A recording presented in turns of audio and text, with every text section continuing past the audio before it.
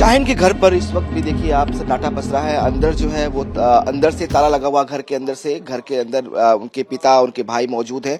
बाहर गली में सन्नाटा है। कल यहाँ पे जो एजेंसीज थी वो पहुंची थी, यूपी एटीएस और जम्मू कश्मीर की पुलिस पहुंची थी और इस वक्त जो है यहाँ पे शांति है। हालांकि कहा जा रहा है कि कल देर दोपहर के उनके जो बेटे हैं डॉक्टर परवेज, उनको भी पुलिस ने डिटेन कर लिया है। शाहीन पहले से ही जम्मू कश्मीर पुलिस के डिटेंशन में है। आप इनके पड़ोसी हैं, क्या नाम आपका? फारूक नाम है। फारूक भाई, आप लोग कल यहाँ मौजूद थे, देखा था आपने?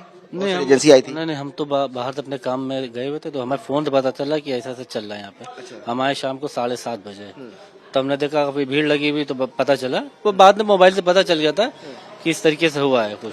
जी, तो ये परिवार कब से यहाँ पे रहता है, कैसे लोग हैं, ये कुछ जानकारी आप लोग के पास, पड़ोसी आप लोग? हम तो बचपन से, परवेज को भी बचपन से जानते हैं, शाहीन को भी बचपन से जानते हैं। मतलब काफी अच्छे लोग हैं, बढ़िया लोग हैं, पढ़े लिखे हैं, काफी लोग समझदार लोग हैं। मगर अब अंदर क्या, इसके बारे में हम क्या बताएं। इतने पढ़े लिखे समझदार डॉक्टर जो होके ऐसी खबरें आ रही हैं कि ये लोग आतंकी गतिविधियों में संलिप्त थे, आप लोग को यकीन हो रहा है कि ये लोग ऐसे कर रहे थे, या व्यवहार कैसा था इन लोगों का इस वक्त? नहीं, देखिए, यकीन तो नहीं हो रहा, क्योंकि हम तो बचपन से देख रहे हैं लोग को।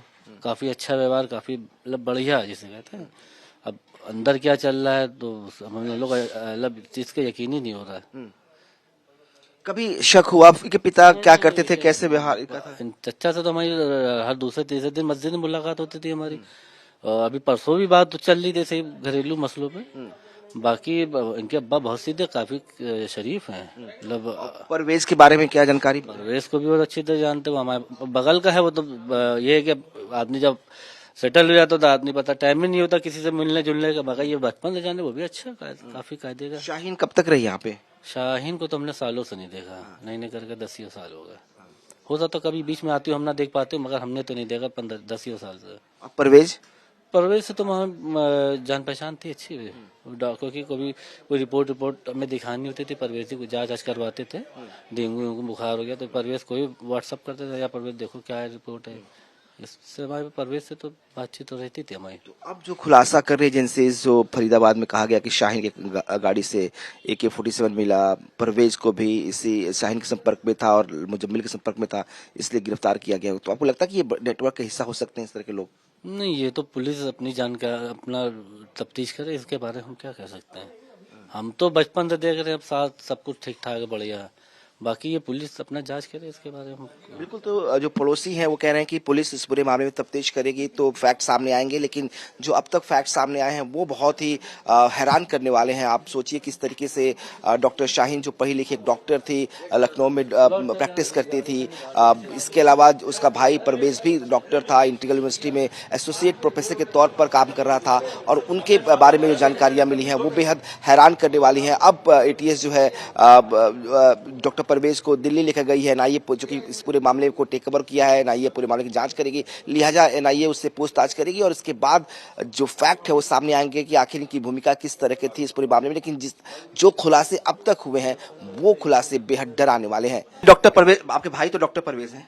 हाँ, मैंने तो पहले भी कहा। मैंने ये कब से आपसे संपर्क में नहीं है? डॉक्टर शाहीन मेरी बहन है, ये भी मैं पे कह रहा हूँ।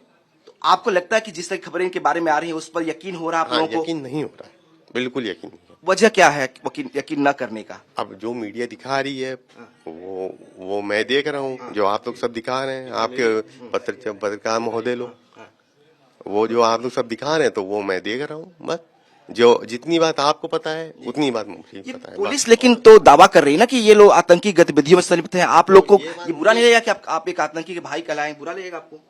नहीं, देखिए, अब कोई भी होगा तो भी लगेगा कि भाई हम देश में रह रहे हैं और आतंकवादी गतिविधियां हो रही हैं हमारे देश में, तो भाई किसी को भी बुरा लगेगा। भाई हमारे देश में ये सब बात हो रही है तो सही थोड़ी ना। हम भारत में रहते हैं और इस तरह घटनाएं हो रही है, बिल्कुल हमारे लोग ऐसा करेंगे तो बुरा तो लगेगा ना। बुरा तो हमको लगेगा भाई, हम जिस देश में रह रहे हैं तो हम कैसे मानेंगे भाई ये बात।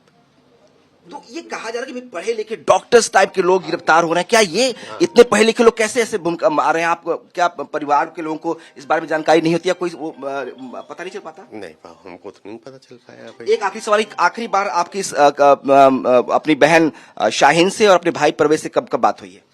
आखिरी बार मेरी बात हुई होगी, शाहीन से बात हुई है 4 साल पहले करीब, फोन पे जी।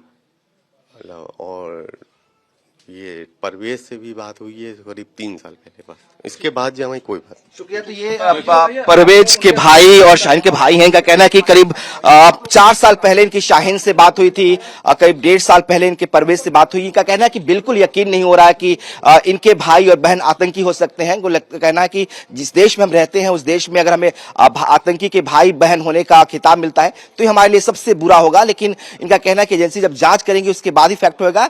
अभी भी इनको अपने भाई और बहन के आतंकी होने पर संदेह है।